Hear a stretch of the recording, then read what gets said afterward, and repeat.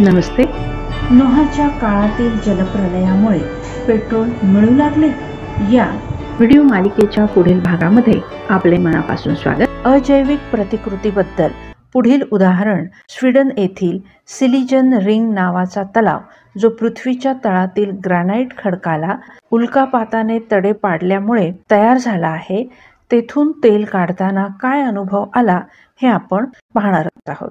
उल्कापातामुळे तयार झालेल्या स्वीडन येथील सर्वात मोठा तलाव, या श्रेणीत ज्याचा 7वा क्रमांक लागतो, त्या सिलिजन रिंग तलावात तेल काढण्यासाठी खनन करताना अभियंत्यांचा कोन चुकला आणि ड्रिलिंग स्टेमचे बीट तुटले. ते काही वर काढता आले नाही की दुरुस्तही करता आले नाही, म्हणजे पुन्हा खोदण्यासाठी परवानगी घेणे गरजेचे होते. जी परवानगी JF केनी यांच्या मध्यस्थीने घेतली गेली आणि त्यांनी स्वतः डोळ्यात तेल घालून केलेल्या निगराणीने 22,781 फूट खोलीपर्यंत तळाच्या ग्रॅनाइटपर्यंत खनन केले गेले. पण आर्थिकदृष्ट्या उपयोगी पडेल असे तेल मिळाले नाही.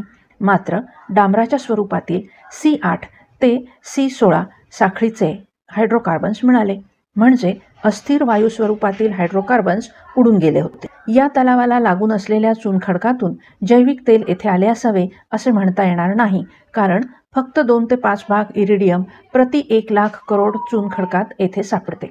यावरून उल्कापातामुळे येथे कोणताही संसर्ग झाला नाही. तसेच यावरून हाही तर्क काढता येतो की सिलिजन रिंग तलावात सापडणाऱ्या तेलाचा उगम अजैविक आहे. अजैविक उगम असलेले तेल भूपृष्ठाखाली कमीत कमी 100 किलोमीटर खोलीवर आणि 1000 डिग्री सेल्सिअसपेक्षा अधिक तापमानाला सापडते. या नैसर्गिक तेलात 5 वेगवेगळ्या हायड्रोकार्बनच्या साखळ्या कार्बन 56 लांबीपर्यंत आढळतात. कार्बन 20 पर्यंतच्या वेगवेगळ्या साखळ्या, जशा अल्काइन बेन्झेन, एन अल्कीन, सायक्लोपेंटेन, सायक्लोहेक्झेन आणि एन अल्केन आपण पडद्यावर पाहू शकता. हे सर्व पाहता युक्रेनच्या आणि रशियाच्या अभ्यासकांचा गैरसमज होणे साहजिकच आहे. म्हणजेच तेल विहीर तयार करण्यासाठी खनन करणारे इंजिनियर्स अत्यंत अभ्यासू आणि अनुभवी असणे गरजेचे आहे, हे सदर लेखावरून समजते. म्हणजेच काला सोना असेच कुणालाही सापडत नाही, त्यासाठी पारखीच असावा लागतो. पुढील मुद्दा या लेखामधील आहे वायूचे पारंपरिक आणि अपारंपरिक साठे. वायूचे पारंपरिक साठे शक्यतो वालुकामय खडकातील कमानीप्रमाणे असलेल्या भूभागात टोपीखाली साठवले जावेत अशा जागेत किंवा इतर जागांमध्ये तयार होतात. नैसर्गिक मिथेन वायूची घनता कमी असल्याने आणि तेलाची घनता अधिक असल्याने असे होते.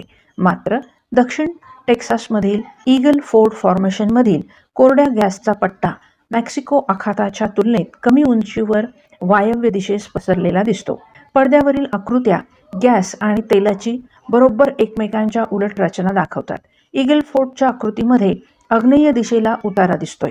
तेल साठा तिथे गॅस साठ्याच्या वरच्या बाजूला असून आग्नेय दिशेला अधिक खोलीवर आहे असे दिसते.